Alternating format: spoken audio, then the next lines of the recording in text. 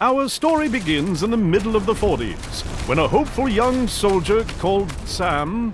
we're not doing that? Our story begins in the middle of last Tuesday, where a hopeless young freeloader called Sam is sipping a fancy cup of coffee with a name nobody can pronounce. Sam was born with a silver spoon in his mouth. But not the actual spoon that he has in his mouth now. That is a different spoon. But a figurative spoon that represents all the wealth and attention that he has been receiving from his parents. And their butlers. And their butlers' parents. You're a douche, aren't you, Sam? Blink twice if yes. He can't hear me. This is Sam's girlfriend. Also not being heard by Sam. She's mad at Sam for his lack of responsibility produced by his large wealth. She also mentions the fact that Sam has forgotten her birthday for the 3rd year in a row. Sam's girlfriend is upset.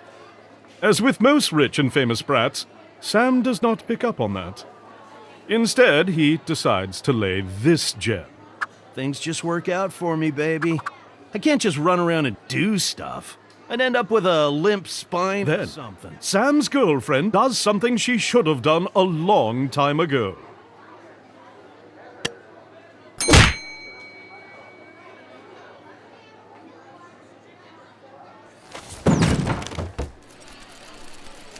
Sam is laying unconscious on the floor.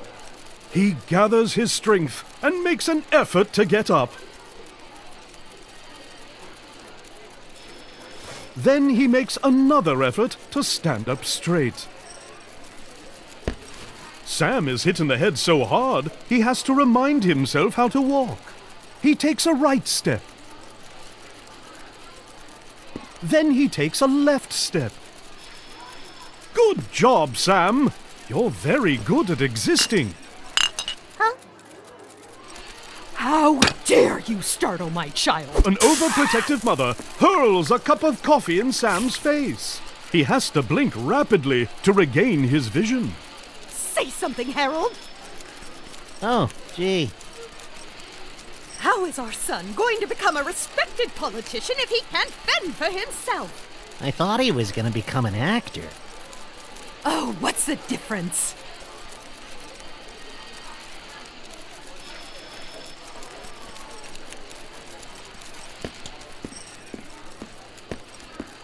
Sam remembers the one thing he's good at, paying for stuff. So he turns around to pay for his beverage.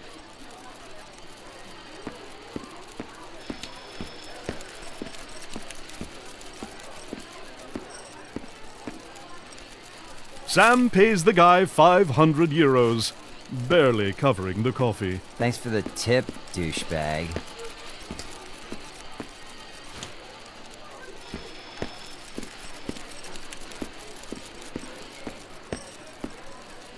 Sam decides to hurl another 500 at the guy. Not such a douchebag after all.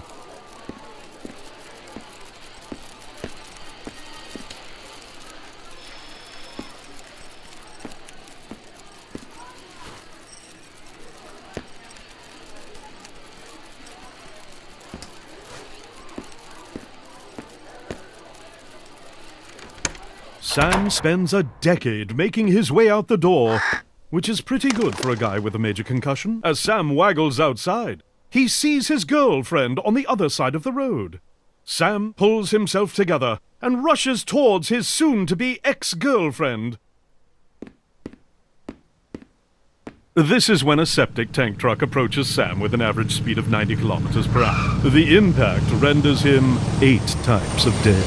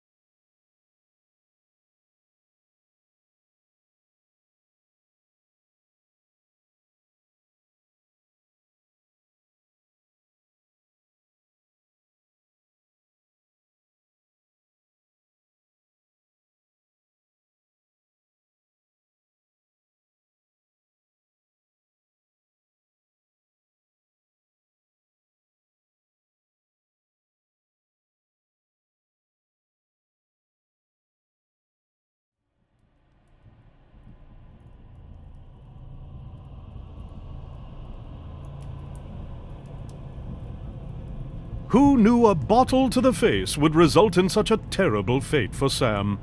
But a bottle won't be the only thing that will meet Sam's face today. There's also the ground in hell.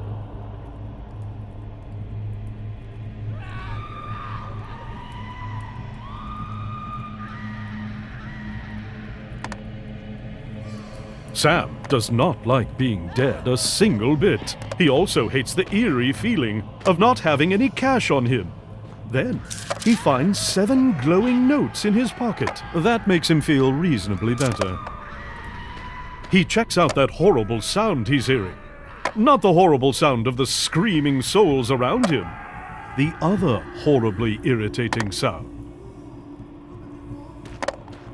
The source of the sound is none other than obliteration and oblivion, extermination and extinction, the end, decease and demise, the Grim Reaper, death. He's trying to do a kickflip on a skateboard and is dressed like a douchebag for some reason.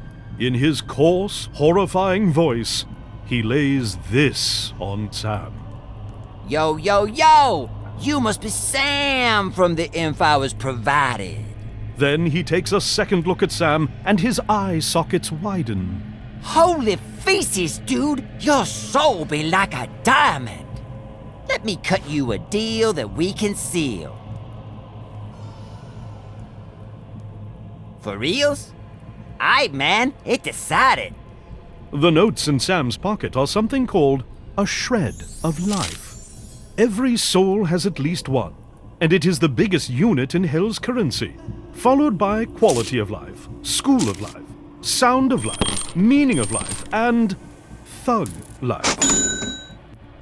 If you give me your shreds, I'll resurrect your face and get you out of hell on one condition. You'll have to survive 24 hours with a handicap I choose under my supervision, bro. Sam decides to check out the rest of Hell before doing any deals with supernatural beings.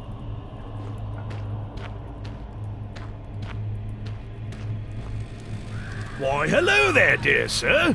Let's see if we can find a job for you. You get to be... ooh, a plumber. That'll be all your shreds, dear sir. All right, that sounds fair. Yes.